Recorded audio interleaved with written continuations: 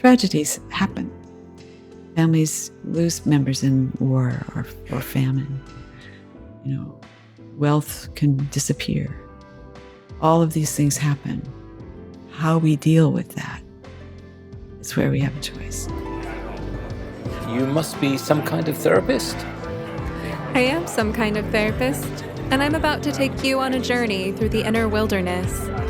I've invited brilliant guests from all walks of life to join me as we investigate, illuminate, and inspire transformation in ourselves, intimate relationships, and the social ecosystems we are constellated in.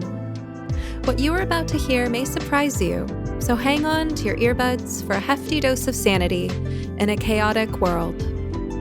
I am Stephanie Wynn, a licensed marriage and family therapist, branching out and building bridges between psychology and everything else under the sun.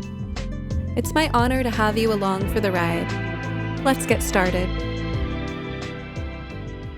I am so excited to interview you today, Jane.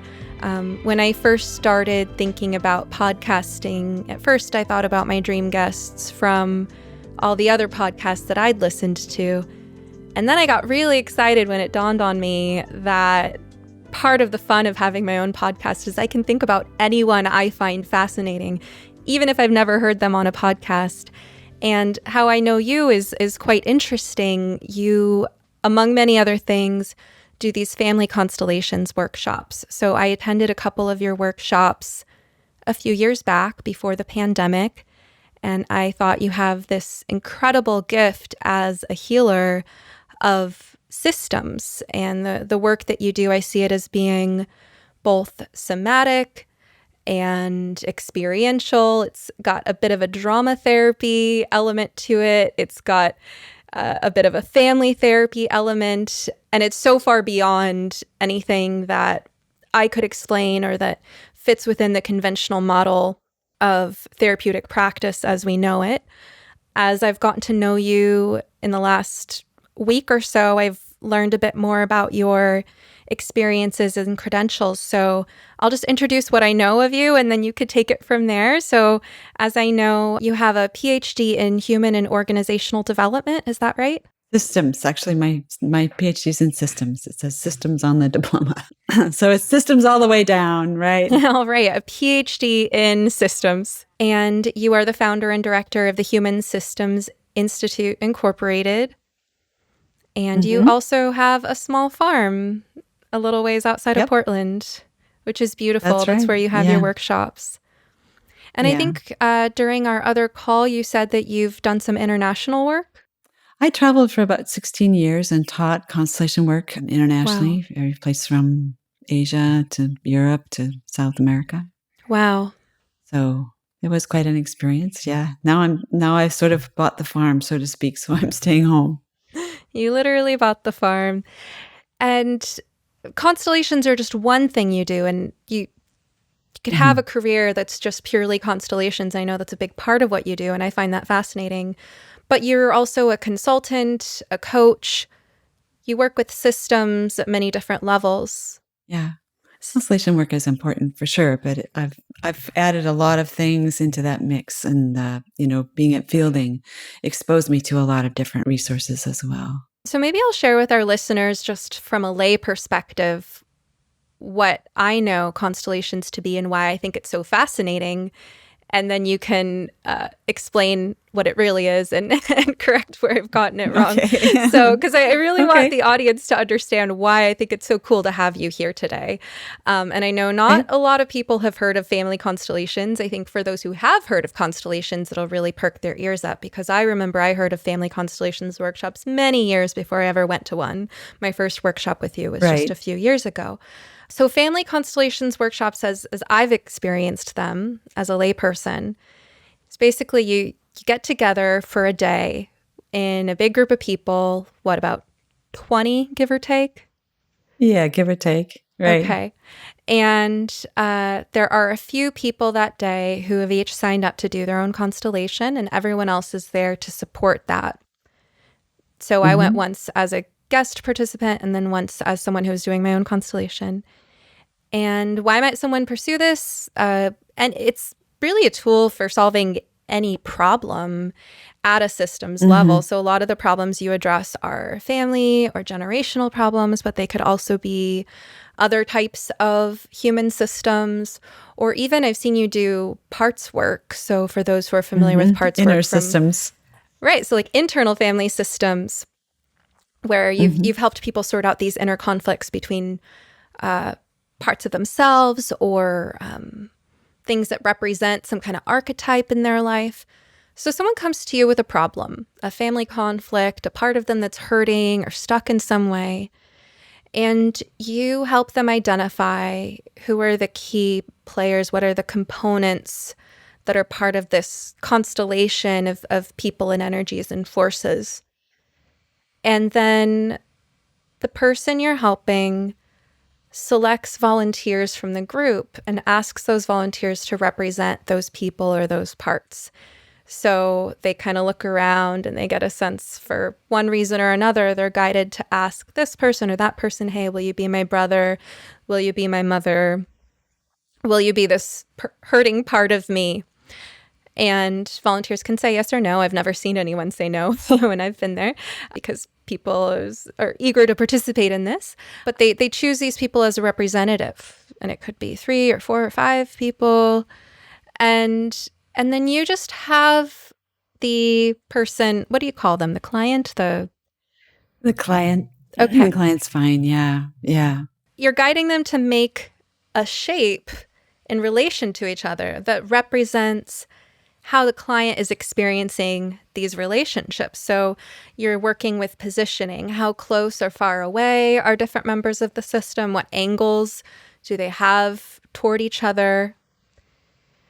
And this is where the magic starts that I've experienced, that almost anyone who's ever done one of these workshops experiences, that the moment you're standing in that position, representing that person or that energy, you start to feel what that person or that energy feels like in this person's life. And then so much knowledge comes out of that. And you as facilitator, and we should probably specify that the client chooses a representative for him or herself. Themselves. Right. So they get to witness themselves and then stand back. And then you go around and you give people gentle questions and guidance about how it feels to be there, what they find themselves wanting to do or share, how they find themselves wanting to move. And then you give some realignments. And simply by being positioned in relationship to each other, knowledge comes through. And as the positioning moves, the healing and the transformation comes through, and you can actually feel it. And it sounds magical to anyone who's never done this before, but you've worked with people from all walks of life. You don't have to have a strong sense of spirituality or believe in pseudoscience-y kind of stuff to actually really get a lot out of this. It's a powerful transformational experience. I guess it lasts an hour or two. And I've just witnessed breakthroughs for the people I've supported. I felt like it was a breakthrough for me. And so I was just so fascinated by your gift. And that's why I'm so excited to have you on and to share your knowledge and wisdom about that. So that's my layperson's description. What would you add to that or correct that about what constellations are? Well, so the first thing I would say is what you're describing is a form of the work. It isn't the work. So what you've described is the way most of us meet constellations and are impressed by it, which is we go to a workshop and of course, as human beings, what moves us is feelings, right? And so what we learn in this experience that you've described by using representatives is that we're connected to other people and we actually can know more about them than our conscious mind thinks we can know about them. When I first met Bert Hellinger and I saw this work, I was just like everybody else. I was gobsmacked. I was like, what was that? And why is it so transformational? Why does it have such an impact on people? And so those questions have animated my search to understand, and also realizing the impact that this has on people to make sure I'm using best practices, to make sure that it's safe, that it's beneficial, because you can also see, since it's so impactful, the potential for harm. When I saw this work for the first time, somebody actually asked me to represent a sister, and I only have one brother. So that was, that was a novel experience to be a sister and feel what that felt like. So I really have spent probably a lot of years trying to understand what is this phenomena. First of all, the thing that attracts a lot of us to the work is representing. Is like, how can I stand in one place and feel something I didn't know before, and then by being moved, to a different position, feel something different. Mm-hmm. And people have had all kinds of theories. Bert, for most of his professional life, would not theorize. The founder of the work would not theorize. He just said, there it is, and we can use it, right? And I knew at one point I actually had a little conversation with him about phenomenology because I knew he had studied that. And so he's just dealing with the subjective experience and treating that like real information, like people who stand in a place and feel something. I feel sad as the mother standing here facing away from my children and the father. We just work with it. And I actually had the opportunity to talk with Jakob Schneider and some of the folks who were with Bert when he first started experimenting in the early 1970s. And it was kind of by accident that this came about. He was just working with a therapy group and asked somebody, no, I don't understand your story, but you just find some people and show me. And that's how he discovered kind of that two things that were really important. One is that we can bring out what other people are experiencing. We can represent. And in our Western culture, that seems surprising. In other cultures, it might not be so surprising that we're that connected and we can know these things about each other. But for us, we're so individualistic that it seems astonishing, right? And we also have a culture that's rationally oriented. So it's so lovely to have permission to feel, even on behalf of somebody else if we can't do our own feelings, right? So that's lovely. But the other thing that's so fascinating about it is the position matters. An inch on the floor, if you have people standing in relationship to each other, matters. So at one point, one of the early adopters in Germany, a psychiatrist named Albrecht Marr, coined the term the knowing field. Like the knowing field does it, But Bert is also quoted as saying, don't be ridiculous. The field doesn't know anything, right? So what is making all this stuff happen, right? This is so magical. Like somebody says, would you be my sister? And I stand up and then they move me around on the floor and then I have sisterly feelings, right? Which is, I don't have sisters, so that's an odd experience. And that's convincing because it's like, that's real. We trust our feelings, right? So I got really curious about how does this work? What are we actually tapping into? How do we use this method responsibly? Because it does affect our feelings and it does affect who we are, and it's our family oftentimes, or our business. So these are really important things, right? So one of the things I learned is like every time I kept trying to find this magical field outside, I kept finding the body. I kept finding us, right? And what I've come to realize through Merleau-Ponty, through all of these inactive cognition and intersubjectivity, all these studies, there's actually there's a whole body of research on this, is that we actually aren't so separate. And video has really shown us how related to each other we are. I mean, like how much communication is a co-creation, right? Like you're nodding your head and I'm moving. If we were to look at the video, I'm going to be moving somewhat in sync with that. So body to body, we create a lot more than our conscious minds are aware of. So if I grow up in a certain family and my mom is depressed and I'm looking into that face, right? And I'm feeling the quality of her touch, that's going to be like a foundational knowledge of the world. That's going to set my body up to expect the world to be a certain way, right? And maybe she's depressed because her mother died in childbirth, like whatever that story is. It's being handed down just through all of these little interactions that we have that we're not really able to track in conscious mind. We're sort of making each other all the time. Mm. And so if I really sit quietly and just sit with somebody and really allow myself to feel with them, I am going to have a sense of how well they were mothered. I can look in their face and see what's happened to them. Whether their eyes have a little bit of sadness or whether somebody looked at them with love. Mm.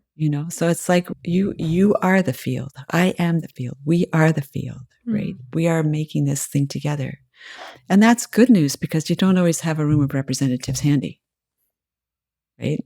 And if that was what it took for this to work, then we would be stuck, especially in the pandemic, right? Mm-hmm. But we can still do this work in so many different ways. And what I learned is that I like to call the body Soma, because body sounds like an inert object, right?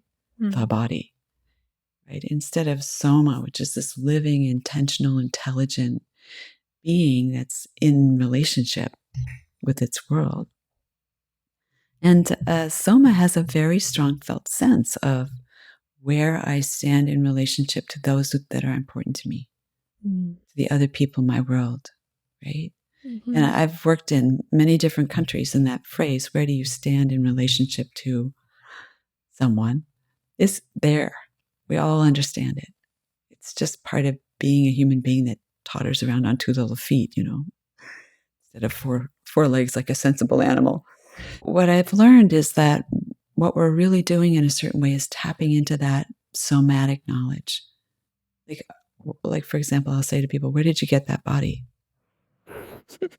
It came from other bodies, right?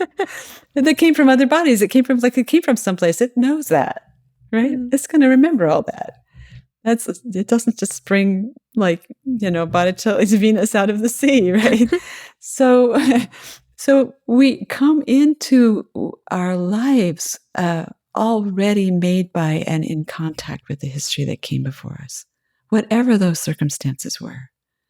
Whether our grandparents, survived war or Holocaust or whatever, poverty, whether there was great wealth, whether there was loss, all of those things have shaped the bodies that gave us our body, right? Which means that I can talk to somebody like we are right now, like on a Zoom chat, and say, go find some little objects in your house, choose one to represent your mom, one for your dad, one for your brother, one for you, and ask them to use that felt sense of where do you stand? Where do these things stand in relationship to each other? And I can have that image of like, yeah, mom's looking out of the picture, dad's looking at mom, nobody's looking at the kids, right? I have the story right there. So it's lovely to have these other ideas, but it's kind of practical and nice that all I need is you to be able to understand and help you see the system that you're a part of. And Stephanie, you're really astute in pointing out that part of the magic is to say, and choose someone to represent yourself. Choose something to represent yourself.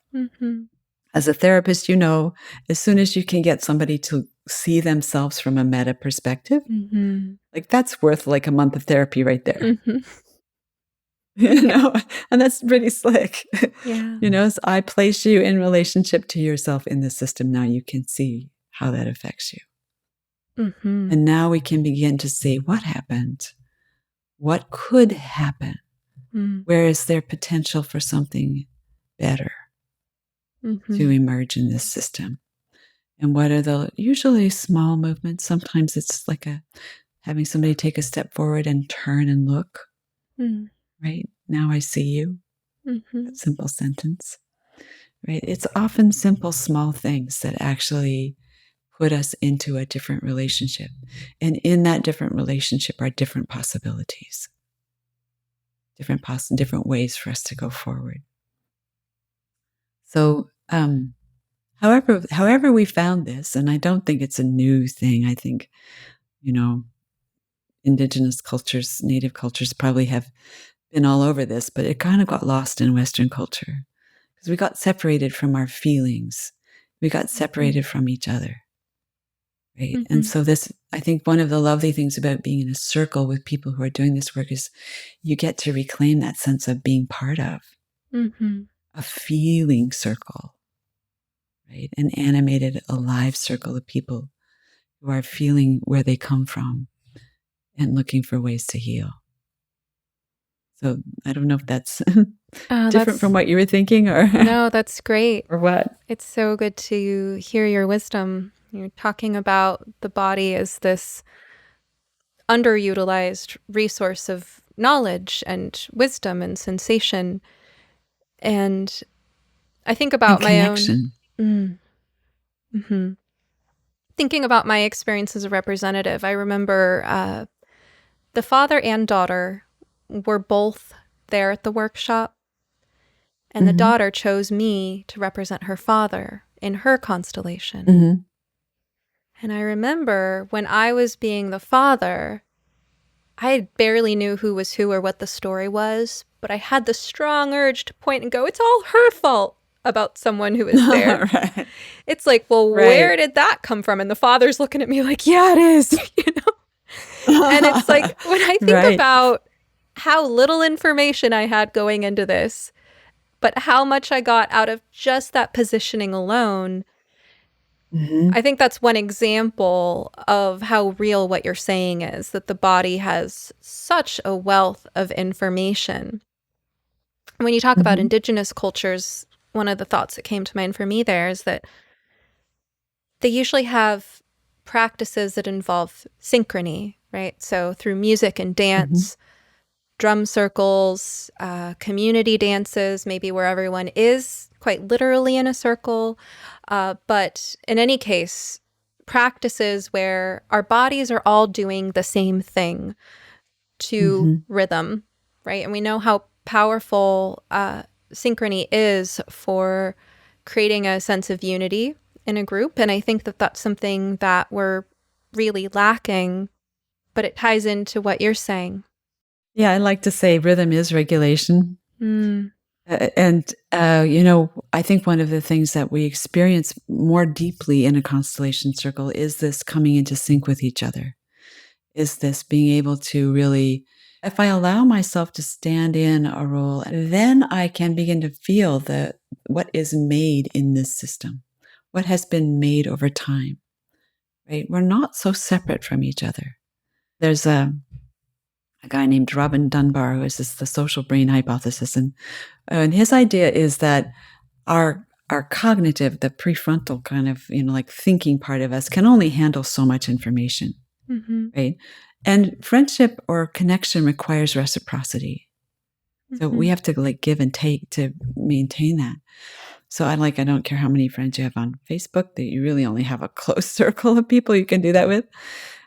So, you know, there's this way that because our society right now is so overwhelming, we have so much input and so many people. And I remember thinking about this one day when I was in Shanghai and I had to walk just about 15 minutes from my hotel to the venue. And I must have, you know, there was a subway exit. And just at that time, like maybe 300, 400 people came by me. And if I really allowed myself to see and feel each of those people, I'd have been a basket case by the time I got to my venue, you know.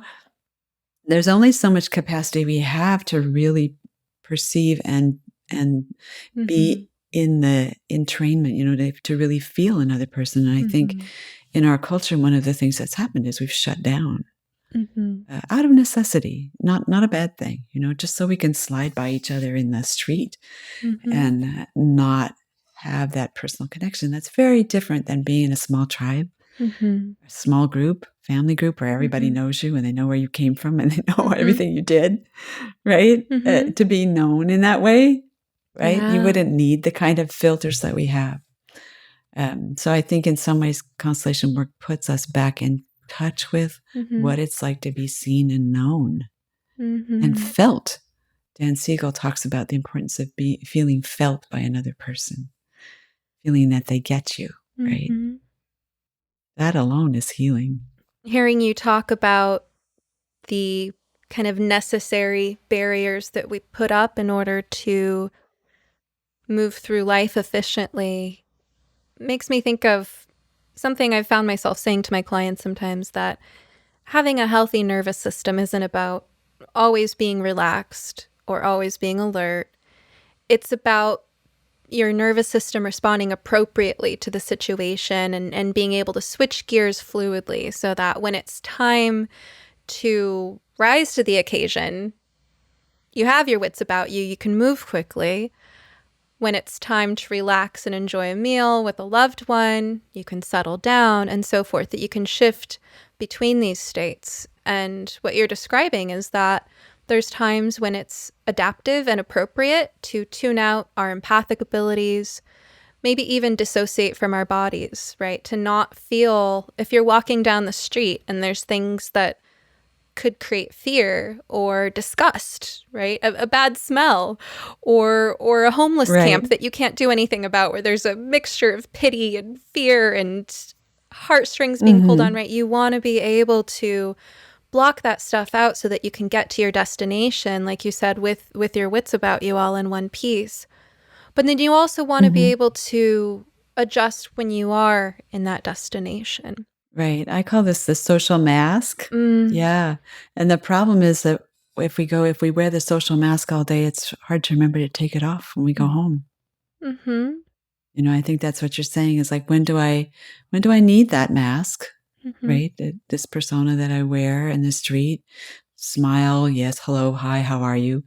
Right? And when am I able to actually be vulnerable? And be real and let my sadness show. I have a little story that illustrates that. I had a space when I was in Portland. I had a space where people had to come up the stairs and then turn into the space. And there's this moment, if you're ever sitting like in a mall or someplace and you're watching people come up the escalator, where people drop their mask in order to orient. They have to kind of show up and see where they are so they know where to go. And I just happened to be looking up when this person came up the stairs. And I saw a pleasant-looking middle-aged man, and he dropped the mask, and there was this sadness there. It just struck me from across the room. And then, nice, hi, how are you? This place, yes. And so when he sat down to work with me, I said, may I share with you something I saw? And I asked about the sadness, and he then just felt safe enough to drop the mask. And it turned out that this person had lost a child in an accident, and there had been some other children injured as well. And the other parents had sued him. His child had been, like part of the thing that not caused it, but it was just, but that meant he was frozen. He couldn't really finish his own grieving. It was just tragic. And so he was stuck, and the issue was loss of business, because he'd lost his business in that and couldn't start a new business. And if you think about that, I mean, how the body puts things together in a more simple way, like, how would I do that again if it cost me this? Why would I have another business if it cost me my child? Right. And I've seen this too with abortion. In one case I did, where a woman had 5 lovely stores that she'd made, and her staff was like, let's go, let's make another one, right? And she just couldn't do it. And it turned out she'd had 5 abortions, and she was afraid if she had another store, she'd have another abortion. So, and it turned out, guess what the stores were selling? Baby clothing for clothes. children. And right. So she'd made a store for each of those children that had not come through, unconsciously, totally unconsciously. Right. So there's a way that we think that's a much different way than our conscious story making mind. This work lets us access that. Right. So you're working with the system, the connections between these people's personal lives, their families, their psyches, and how they're conducting their daily affairs, their businesses. I think that's how we work as family therapists too. And I think about the analogy with the body as in chiropractic work, for instance, that if I'm seeing a chiropractor for pain in my neck, it might turn out that the problem is originating in my hips, right? We don't always work Right. directly on the area where we're experiencing the complaint consciously. Sometimes we have to work somewhere else in the system. And in the modern day psychotherapy, it's hard to get people who aren't depth therapists to understand that. So when dealing with insurance, for Right. instance, I've had insurance claims denied for chiropractic care because they were working on the wrong part of my body, not the one that I was wow. going for treatment for. And I think that therapy can be like that too, right? In order to fit the medical model, it's like, okay, well, they're seeing you for depression. You should be talking about depression, and you should be Right. focusing on the standard of care for depression. And it's like, well, there's all kinds of reasons that people can become depressed. Depression can be an adaptive response, for instance, to a situation where we have learned helplessness. If you've been trapped for a long period of time without any options, Right.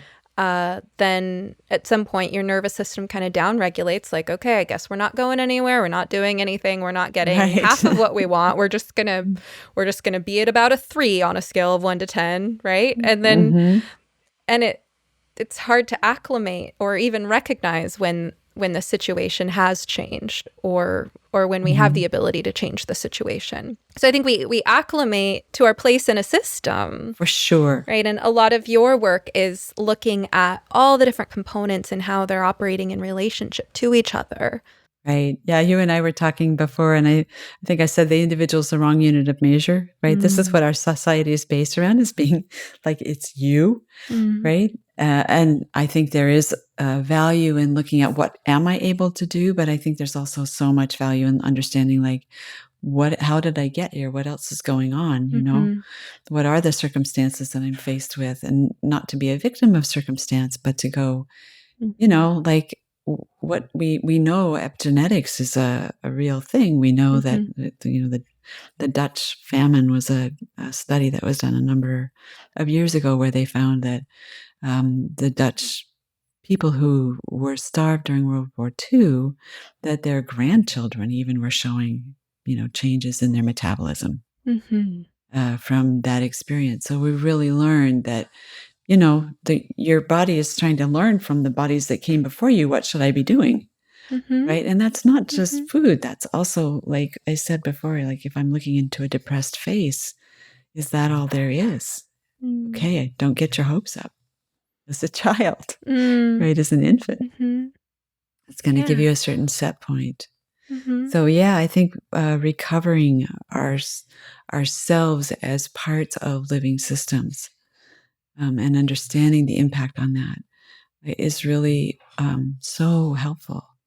I think you said something key that I wanted to explore with you when you said to do this without being a victim. Because I think that's easy to do. It's easy to go to blame, you know, really to vacillate between blaming myself and blaming the world. The article I just wrote on this two-part series on psychosocial pandemics, the first part is about modern psychotherapy and its misconceptions about systems. And I write about this, right? That I think one of my concerns for the direction society's heading right now is that I think people are interested in systems, but in a flawed way.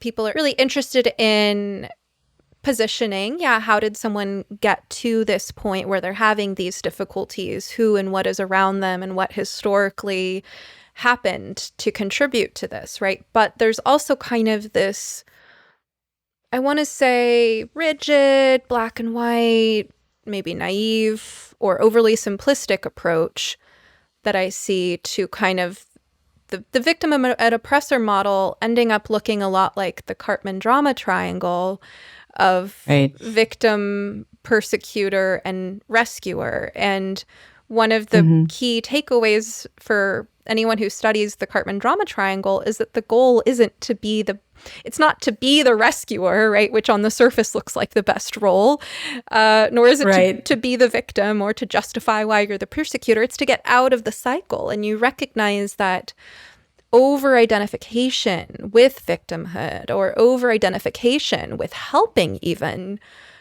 can perpetuate the drama. And one of the ways I think about that, roles are temporary relational dynamics, right? My role with you is I have been a client of your workshops, and right now I'm sort of a colleague, acquaintance interviewing you for my podcast, right? But that doesn't mean that who I am is a workshop participant and podcaster, right? Those are very small parts of who I am. I'm also in all these different roles with different people. And part of what makes for psychosocial health is, again, that fluidity of being able to adapt appropriately to each role while also having an internal sense of who you are that is robust and complex and can allow for that flexibility. And I think part of what's happening now with the ways that people are looking at systems is they're looking at roles and making them a little too permanent or locked into identity. Like, yes, okay, someone has been victimized in this particular role. They were victimized by this person or maybe by this institution, or at least they've been disadvantaged by this particular social dynamic that we're concerned with. That's real. But also, we're not helping anyone by creating a story in which that person's identity is based on victimhood, because that's a helpless, disempowered state, right? But you also don't get out of victimhood by emphasizing what others have done wrong or what others are doing wrong. So I'm really curious, in your work, without victimhood, without blame, in a mature way, how do you help people simultaneously acknowledge the things that truly have been out of their control, but also find their agency? Well said. Actually, that's really well said. Those two things right there. So Bert had a sometimes very controversial way of kind of looking at this. And one of the things he emphasized was not forgiveness, was not pushing against oppressors, but acceptance as a starting point. Like, until you could accept reality the way it is, until you stopped arguing with what is, you couldn't take a step forward. And then that did get him in some trouble sometimes, because people don't necessarily like that. But if you just accept, this is where I am, this is what is, now you're in a position to figure out what you can do about it. If you're arguing with whether it should or shouldn't be, now then you're stuck, right? You're stuck in an argument. If you can say, well, here it is. Right? And if you look at people who actually have taken on systems like of oppression, or perhaps something is polluting their neighborhood and they've gone to bat with the company, they have stuck to the facts too. There's like, this is here, this is that, this is where we are, this is what's happened, so this idea of starting from what is. And Bert also used to say, and it's really true, you can't work with people's weaknesses in healing. You have to work with their strength. So he would literally not work with people. He was, he was famous. He didn't actually have to bother if you would show up. If you're going to show up as a helpless child, he probably wasn't going to work with you. He wanted to see you mobilize what strength you had. Because you can build with that. You can't when somebody's identified as a helpless victim. Right? So what you're saying makes good sense to me. It's like we have to find the places where we do have agency.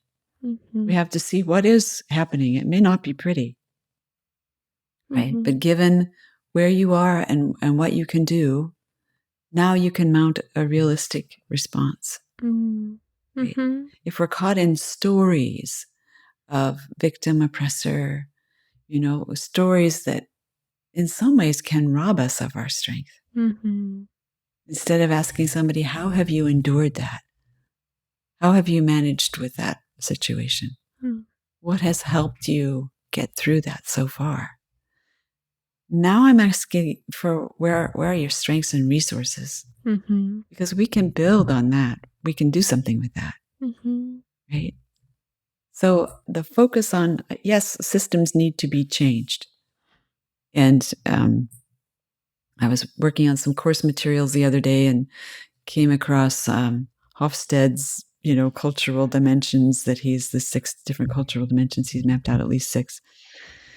And cultures do vary quite a bit.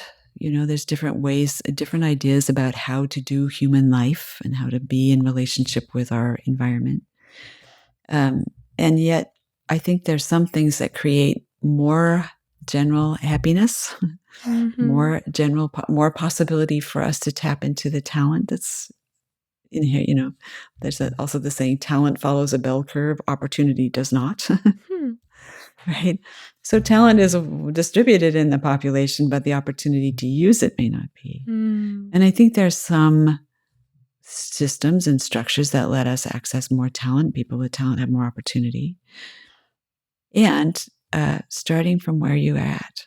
And this, in family work, this is really important too, because, you may have had parents, your father might have been a raging alcoholic and violent and abusive. And he's still your father. So how do you deal with that, right? As long as you're engaged in a project of blaming and rejecting him, you're entangled with him. You're stuck. Where's your focus? If you can say, yeah, I can see why Dad, his circumstances were very difficult, poverty, abuse. Understand why was his response. I can see that. I can accept that was so. I don't have to accept that that's good behavior. But I'm no longer engaged in a project of trying to change Dad. Now I can say, okay, given what I've got from that, what can I do now? How do I go forward from here? And I think there's a way, I think this is in a way what you're pointing to, there's a way in which the stories that we tell and the positions that we create in those stories can either empower us or disempower us. Whether the story contains hardship and really sometimes horrendous things, people can still sometimes find their strength and find places to stand in that, then enable them to take a next step out of a situation that is difficult. So this idea of where are we entangled? Where are we captured by our story? Where have our feelings led us maybe a bit astray rather than help us finish something and move on? In constellation work, because it sets the whole system on the floor, you can see generations. We can go back. It doesn't matter if they're alive or dead. We can still see what happened, right? We can still see the patterns and sometimes the causes for those patterns. Tragedies happen. Families lose members in war or famine. Wealth can disappear. All of these things happen. How we deal with that is where we have a choice. Oh, I love that. Hearing you talk about this, I was thinking of how it connects with what you were saying earlier about the wisdom of the body. And right now I want to say like the animal body. I'm thinking about how what you're describing is really instinctual. It's what all animals do, right? In some ways, it's that freedom from the idea of should, the idea of there being a God, a heaven, a hell, a right, a wrong, anything other than where am I right now and how do I survive, right? My survival instincts will tell me where to be. And so is it unfair that humans have created a world in which animals' environments have been poisoned and their migratory patterns disrupted and their food chain altered, right? All of that is unfair. But the bird doesn't wake up in the morning going, humans are so unfair, right? The bird wakes up in the morning like, well, I'm in this nest on this rooftop of New York City, and this is the landscape in which I will find my food today and feed my baby chicks. Right. I think one of the things that's helpful to keep in mind about us as a species, right, and how we've managed to get our spot on the planet is we're not very impressive. Like our claws are not very sharp. We don't run very fast. Our teeth would not scare anything, right? As a species, our superpower has been cooperation. Has been our ability to band together as a group, which means that belonging to a group is essential for our survival. So belonging turns out to be a huge driver of a lot of this other stuff, right? Because we all belong to this, I have to belong to the tribe, or I might be the tiger's lunch if I'm out there by myself. Right? Together we can scare off the tiger, but if it's just me and the tiger has an advantage, clearly, right?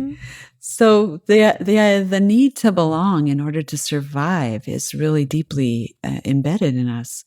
And we're used to belonging to small groups, small familial groups, right? And each group has its own, habits and ways of doing things and ways of knowing you're one of us and the other guy over there is not, right? And if there's only so much food and so many resources, we have the problem of deciding who gets what and how is that handled. So in constellation work, we talk about belonging as the driver for social order and balancing give and take within our membership. So we this tribalism, this need to belong, the conscience that goes with that. Good or evil isn't decided by moral standards, really. It's what allows me to belong to my group. So if you're in my group, I can do horrible things to the other group with a clean conscience, right? People can fly planes into buildings with a perfectly clean conscience. Because they're following the rules of their group and they belong, right? So belonging is really important for us. And because of that, it kind of can blind us to larger systems and larger circumstances. We're not really designed for, billions to even, we can't even imagine millions, let alone thousands, let alone, right? That's beyond our ken. We can't do that. We think in smaller terms. Even inside, there's a woman named Karen Stevenson, who's an anthropologist, and went inside like the Navy and, IBM, big companies, and mapped all the little things that people do all day, right? Who do you talk to for this? Where do you go for that? Sure enough, even inside a corporate hierarchy are these little informal networks of trust, right? So when we try to think about our relationship to other species, our relationship to the planet, we're not really set up for that here, right? If we were embedded in a world where we were a small tribe, utterly dependent on our natural surrounding, in relationship with that, our belonging would feel quite different to us. But our belonging has been collapsed to the human domain only. And in that, the decisions we make are like, how do I get a place here? And my sense of good and bad is, conscience is going to be shaped by what do I need to do to belong. So Bert used to call conscience a great pretender. It was just a perceptual organ that governed your belonging. It wasn't necessarily related to whether you were doing good things or not good things in the world. Oh, I love that. It feels right when you're doing what helps you belong to your group. And because we live in such complicated times, we can have conflicts of conscience, right? Like, I want to go out and party with the girls tonight, but, I'm supposed to be at my Aunt Lulu's for tea. So there's two conflicting belongings that are happening there. And how do I resolve that? So work and home life, we can have conflict. Right. Hearing you talk about this, I'm thinking about the work of Jonathan Haidt. Right? Oh, yeah. He talks about how humans are part monkey and part bee, and he talks about the Hymenoptera. I'm not sure if it's class or genus, right? But that right. Organization, that system. And I'm also thinking about what you said about tribalism and belonging. So I actually went to you with an issue about belonging. And I know you don't remember my constellation because you do so many constellations, but I have a lot around belonging and having to do with the unique circumstances of my upbringing and there really not being any options for belonging. And I often think of humans in terms of the individual, the tribal, and the universal or collective. instincts, and I'm highly individual and universal with very little tribalism in me, which presents its Mhm. pros and cons, right? Because on the one hand, Right. belonging is something I really struggle with, and you're right that without belonging, you have nothing. If you're human, you're doomed. You have to find a group of people to belong to. Right. So it's a very unsettling state to be in, but at the same time, I kind of see through the tribalism. And I was also simultaneously thinking of another part of Jonathan Haidt's work, which is around the moral instinct, right? I think Mhm. as people are compelled by their moral instincts that are shaped by their tribe, there is this sense, like you were saying, that my moral instinct means that I'm on the side of good and not evil, or right and not Mhm. wrong, whatever your religious or philosophical framework is.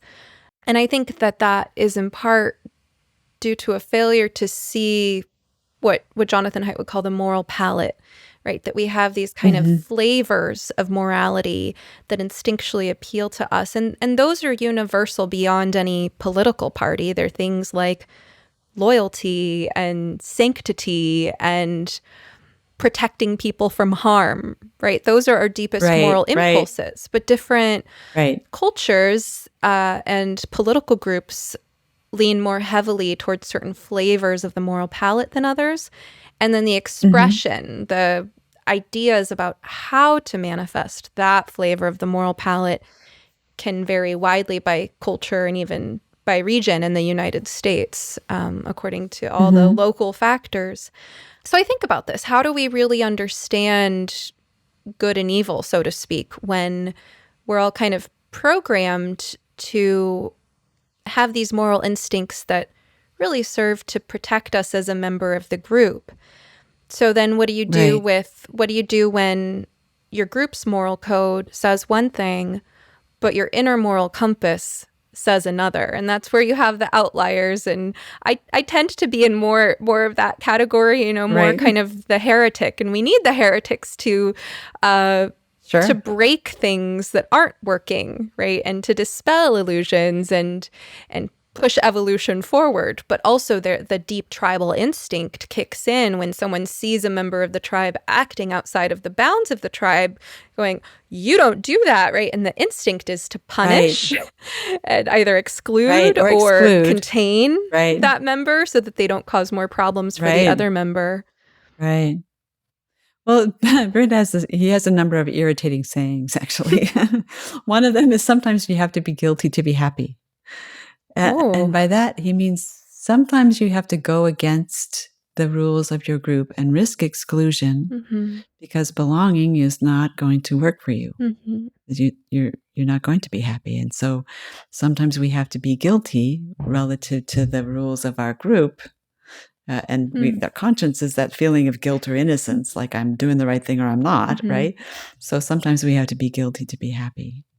And he also has another annoying saying, but very useful, is sometimes we go seeking comfort when what we need is courage.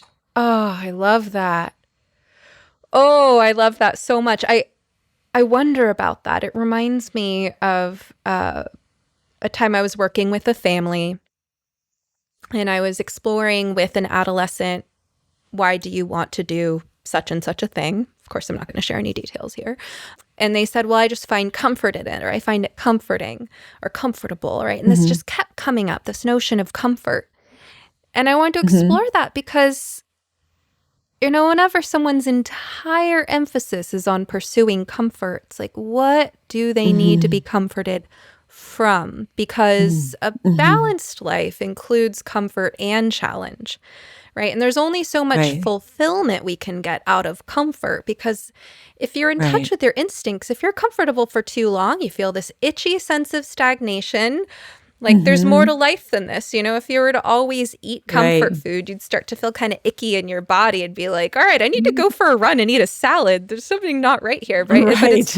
it's when Yeah. you're numbing out your instincts, right? If you're using the things Mm-hmm. that comfort you to Mm-hmm. dissociate or Yeah. repress. So when I hear somebody asking for comfort like that, I'm looking for like, what is there that is so uncomfortable for you? Right, The comfort is what you need. right. Like, what is there that is like a constant discomfort? Mm-hmm. It could be something like, if I look at the system, my mom is the one that's suicidal, even though I'm the one that's acting out, right? Or we always talk about the symptom bearer is not necessarily the person who's got the issue or driving the issue in the family system.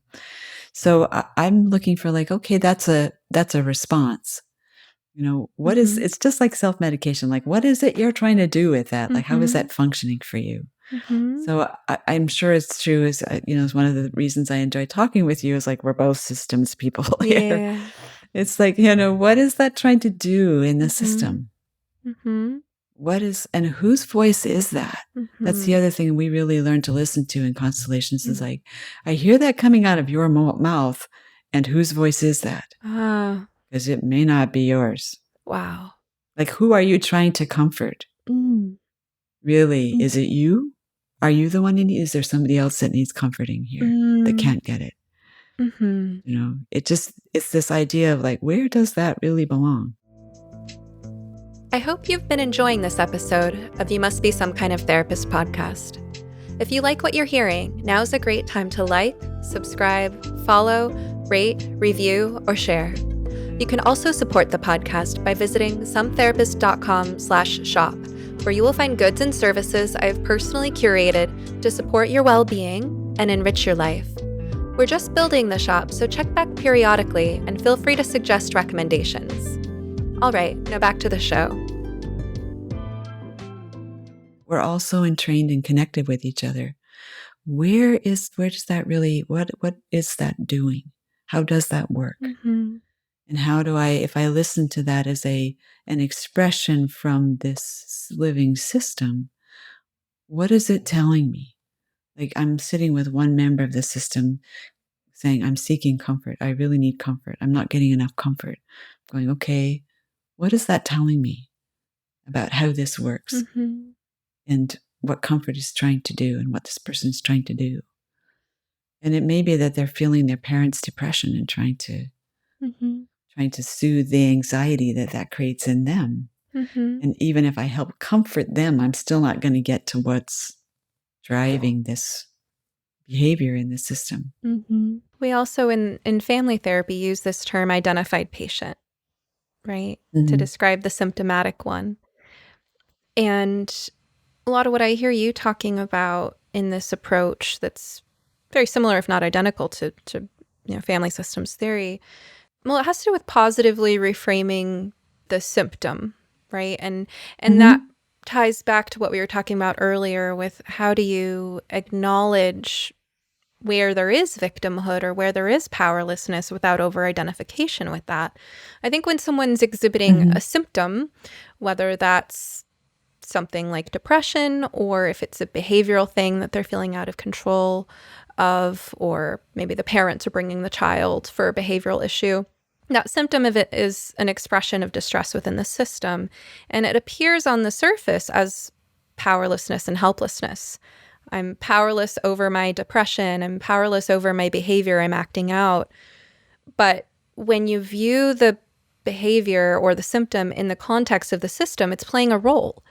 And in some ways, it's displaying that person does have agency. They might not be using it in a way that is optimal for their health and their own individuation and self-actualization. But I gave the example in this article I recently wrote on psychosocial pandemics that, let's say you have a teenager who's got behavioral issues. Let's say she's shoplifting and binge drinking. If you're just looking at it at an individual level, there's a lot that you're going to miss. And also, if you look at it from the level of having kind of a rigid, overly simplistic view of power and powerlessness, maybe you look at, the parents are too controlling, so she's acting out of control.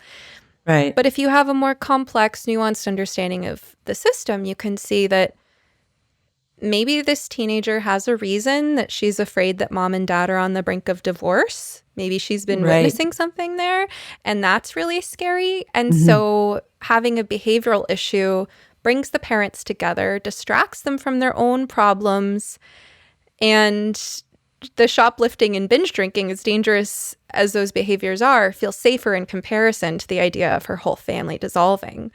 So then you have to work with the symptom not as something that she's powerless over, but something that she's an active agent in, regardless of how conscious she is of her agency, right? And then you positively reframe that this is serving this purpose.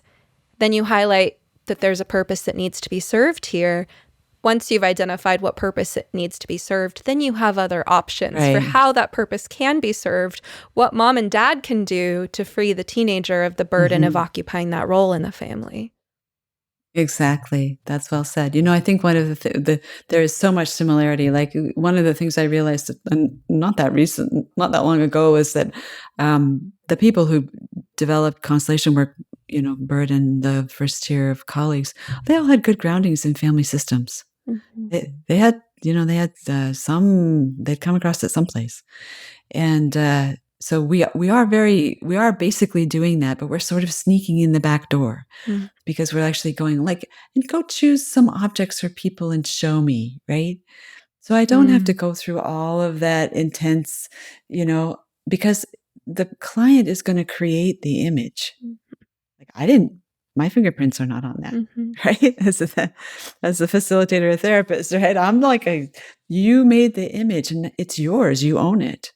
And so if your image reveals these situations and this is what's going on, there's such a great sense of like, I felt it, I did it, I see it, right? Now it's mine. And I feel like I can, you know, when people were moving like when we set up your system on the floor and I'm moving somebody, you felt it like it was moving in you, right? It's like it's ours. And there's a sense, I think, that constellation, but through some of the forms of the work, some of the ways that we do it, kind of gives people a sense of agency over that system, like a sense of embodied connection and ability to see that things can move, that things can change. Right, because it's so direct and it's so physical.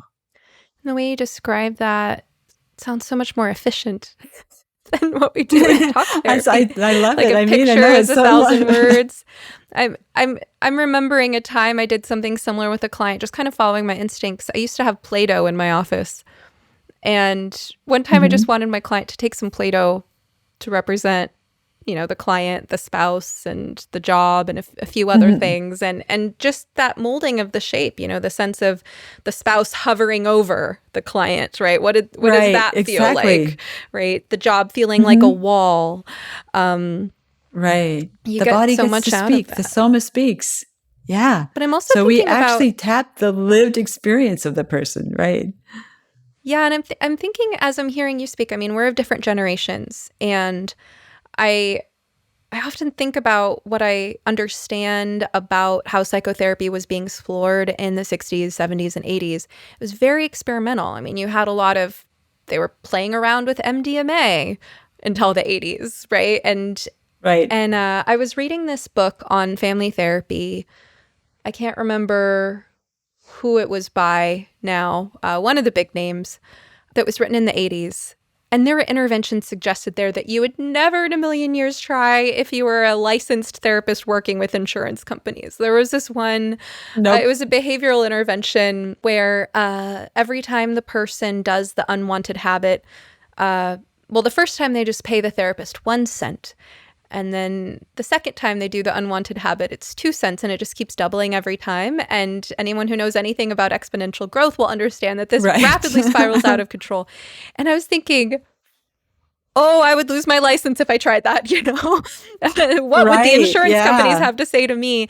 And so sometimes I'm a little envious of your generation. I know you're not a licensed therapist, but you're this brilliant other thing, other role that you serve, but you're part of a generation that got to really play around and explore the psyche, and it just doesn't feel like there is as much kind of control and oversight. And I wonder, in the absence of that safe space to experiment, how do we innovate? Because if we're always trying to do things by the books, and we're afraid of getting in trouble, then we can't discover new things. Right. I think you got a really important point there. I remember I had the pleasure of studying with Arnie Mindell and, Amy Mindell and the process-oriented folks when they first came to U.S. here. And I remember him saying, when he realized that he was going to break the rules, he was going to violate the norms of the Jungian society that he was a part of in Zurich, that he went and gathered a bunch of other people around him, so that they couldn't just excommunicate him. He was bigger, and so that is it. And Bert too, it was an innovator. Got himself into all kinds of hot water at various times. I think that is one of the challenges we have because of the commercial aspect, because of the way money and insurance companies has gotten into a place that is sort of a human to human domain, that we now have two systems. One is actually kind of locking down the other one. And real therapy is, as you know, real work with a human being. This is not reading sheet music. This is jazz. It's wild.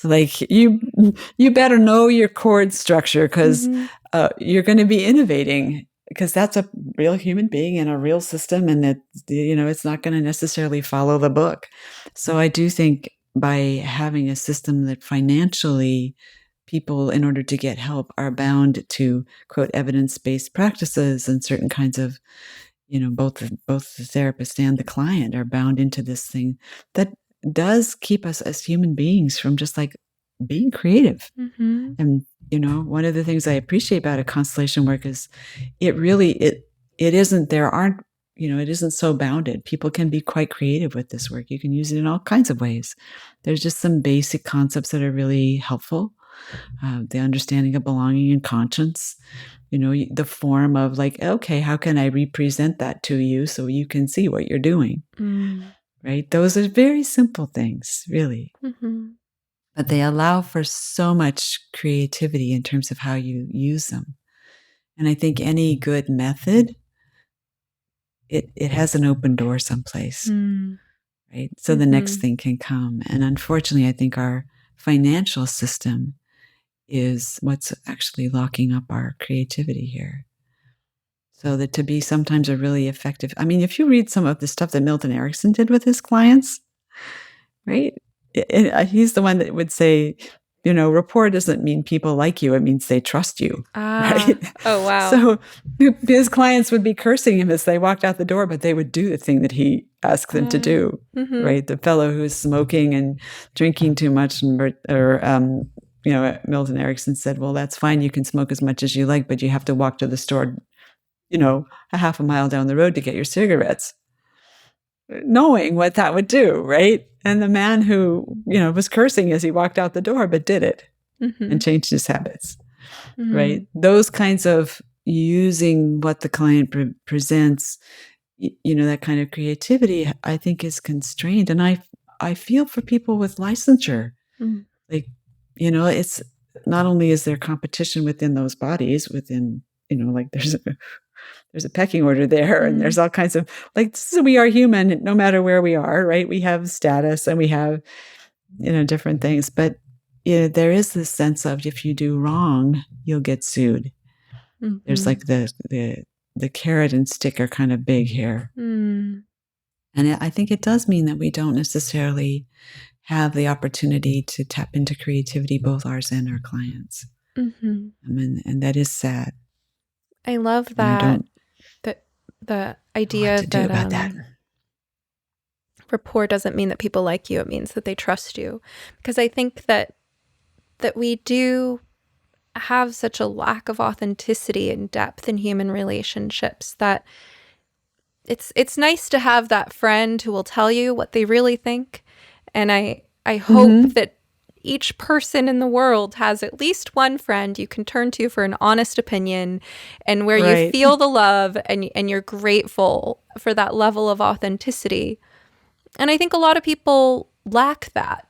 And I do have that experience as a therapist, that I can be very gentle, but I can also be blunt. I don't always sugarcoat things. Sometimes I say things that in a different context might sound horribly offensive, but in the right moment with the right relationship with the client, and with them having developed a sense of trust generally in who I am and what I'm about and what I'm here to help with, that directness can be a real medicine. And there's a relief in that. There's a relief in knowing Yes. at least some of my relationships are genuine.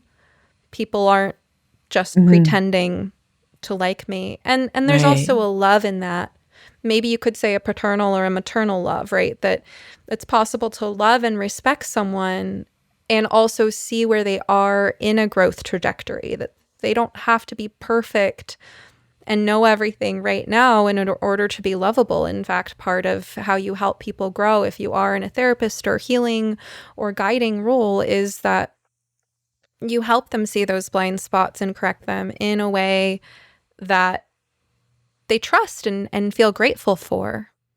Yeah, I think that's true. Bert was known for being rather blunt, and sometimes not effectively, right? So blunt that it didn't really.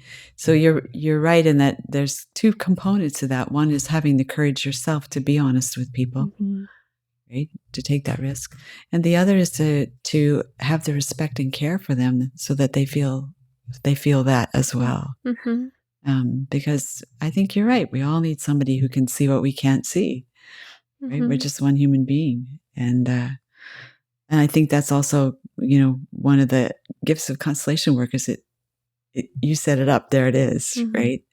There's the thing that you're doing can be really obvious because there's no place to hide when you've made your own picture of it. So having somebody with you to look at that and stand by and say, yeah, you're right. That is going to be a problem, right? Not that you're bad, but that this is creating something for you. Like remembering that the person is still good, that the behavior can be a problem. And sometimes it's just having someone by our side that gives us that courage to face those difficult things. Exactly.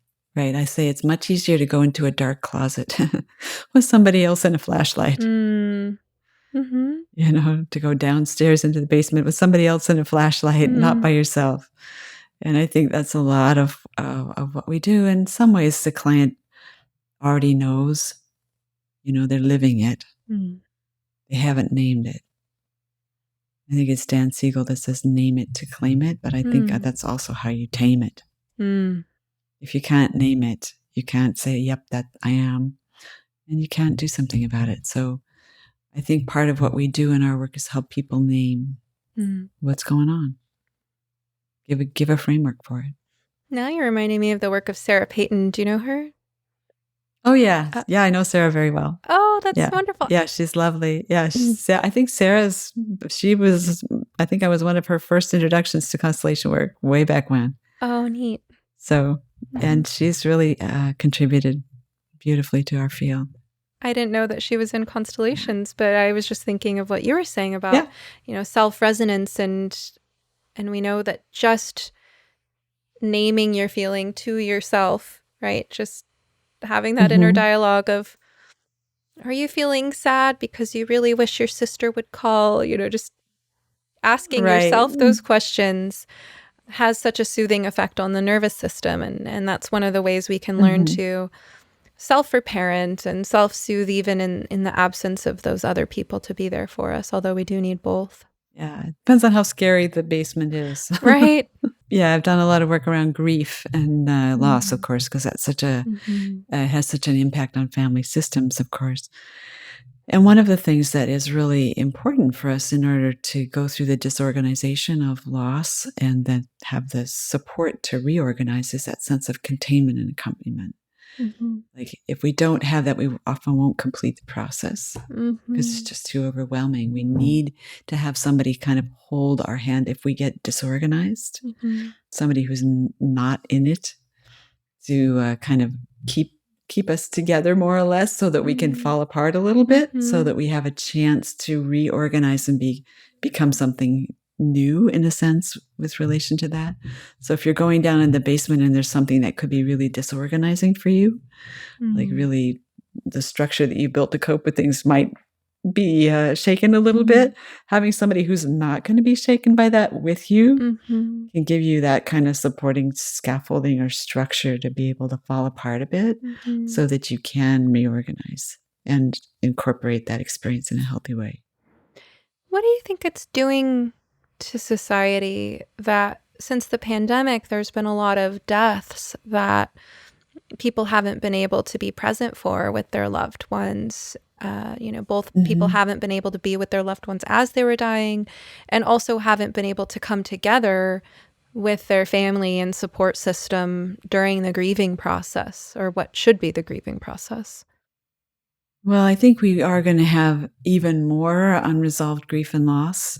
And, that does create, like, the nervous system gets stuck, right? We either get stuck in the disorganization and have trouble reorganizing because we don't get that sense of completion of, like, being there for my parents' last breath, and just really physically, somatically understanding and accompanying that process and realizing it's real. Right? I can't pretend that they're going to show up tomorrow. So I think there's a big hiccup just in the way that our system is set up to move through that, through the disorganization of loss. Like, we've lost a part of our social body, like the person who would be part of my world and call me and talk to me and be there for holidays, that's gone.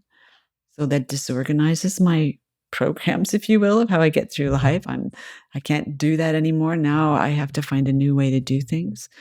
And without kind of the processes and rituals and the really seeing, feeling, touching, knowing it's real, and having the sense of containment and support of others with us, that it's going to be a lot harder because, we're designed as social creatures. So I think we are going to have some work to do to get through this.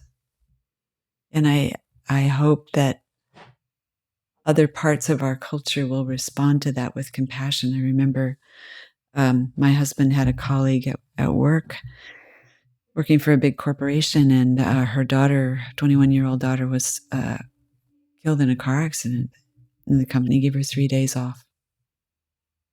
What do you think you get back in 3 days? You don't get back a whole person. Right? It takes time. The body moves on a different time scale. So for us to process these losses, the expectations of our mechanized industrial world and what our living human bodies are trying to do are not in sync.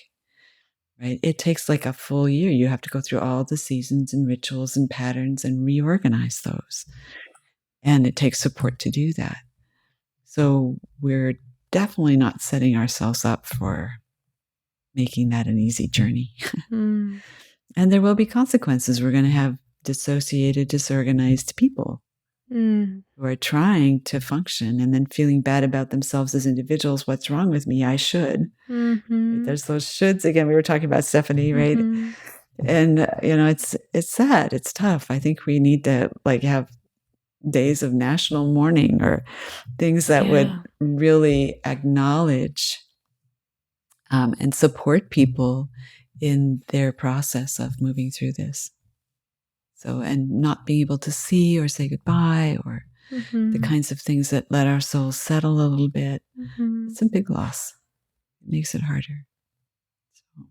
And when we dissociate out of necessity to disconnect from an overwhelming experience because we're alone in our grief, for example, we lose access to so much because sensation and then the awareness of that sensation is just the beginning of being able to know what we want and take action and connect in any meaningful way or actualize in any meaningful way. I do want to ask you, though, since that's all quite heavy, what gives you hope? And as someone who's been around longer than I have and has witnessed a lot of change across cultures, what changes do you see happening now in the world that you find encouraging or interesting in some way? One big thing that has come into consciousness, maybe not always in the most effective way, but that is now on the table, is the understanding how the human nervous system responds to trauma.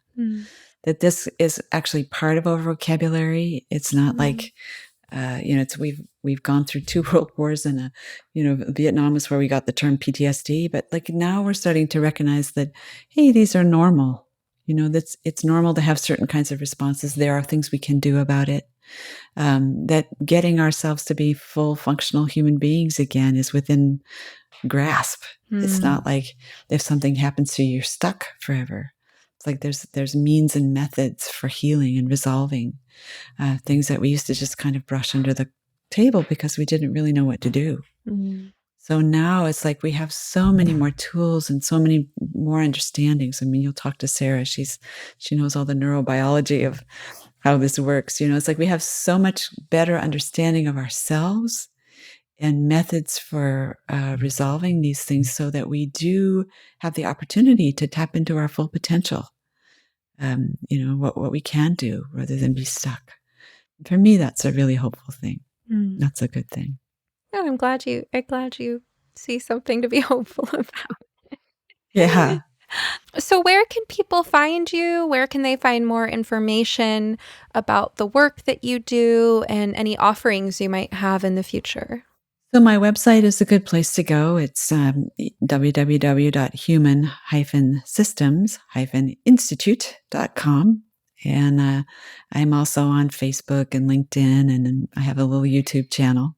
So those are all places you can find me. Later in 2022, I do have some trainings that people could join. So getting on my website, getting on my mailing list, that's your best bet to find out what I'm doing.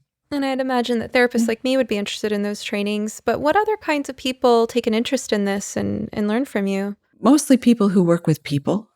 I would put it that way, whether it's a physician, or a therapist or a coach or consultant. So people who are advising organizational leaders, for instance. So I'm kind of that. I work with the people who work with people, right? In terms of my trainings, it's like it's equipping professionals to use these modalities and use this approach. That's kind of what I do. Well, that's exciting. And thank you so much for being so generous with your time and sharing all this wonderful knowledge with us. I hope you enjoyed this episode of You Must Be Some Kind of Therapist podcast with Stephanie Wynn, LMFT. This podcast is produced by Eric and Amber Beels at Different Mix. Special thanks to the talented musician Joey Pecoraro for our theme song, Half Awake. At sometherapist.com, you can find more information on any topic, guest, resource, product, or service you've heard of here today. You can also follow me on Twitter or Instagram at sometherapist.